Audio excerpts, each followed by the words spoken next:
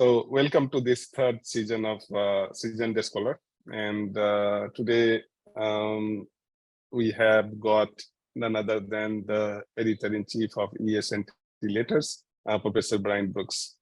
As you know that in the introduction, we keep the secret of the achievements and everything. So you can find in the description as well as at the end of the video. So welcome, Bryan. It is a great pleasure and honor to have you on this program. Yeah, thanks for having me. I look forward to our conversation this evening, or this morning, rather.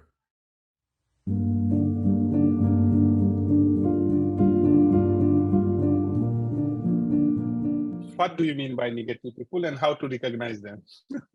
Well, it's tough, right? I mean, sometimes these are personality driven. You know, sometimes folks are really insecure and they can kind of be very kind of like a just negative energy, you know, and it's very difficult to work with, you know, and that when it takes a lot of your time to just get past almost like the interpersonal stuff. You know, I've been fortunate to work with some of the very best people in environmental science and engineering in the world, and you know, from the time I was a grad student, interacting, what I found is that the biggest names are the most gracious. You know, the biggest names are oftentimes the most giving.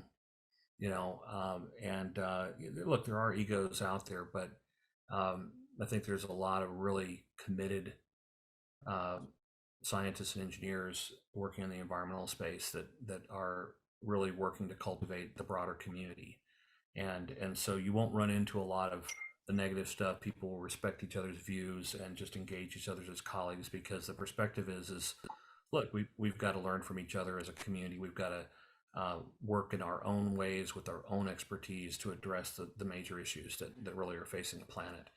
And so I think in that regard, yeah, you can pick up the vibes on who who may be more positive or more challenging to work with. And usually if you can keep the energy flowing in the lab, it's very positive.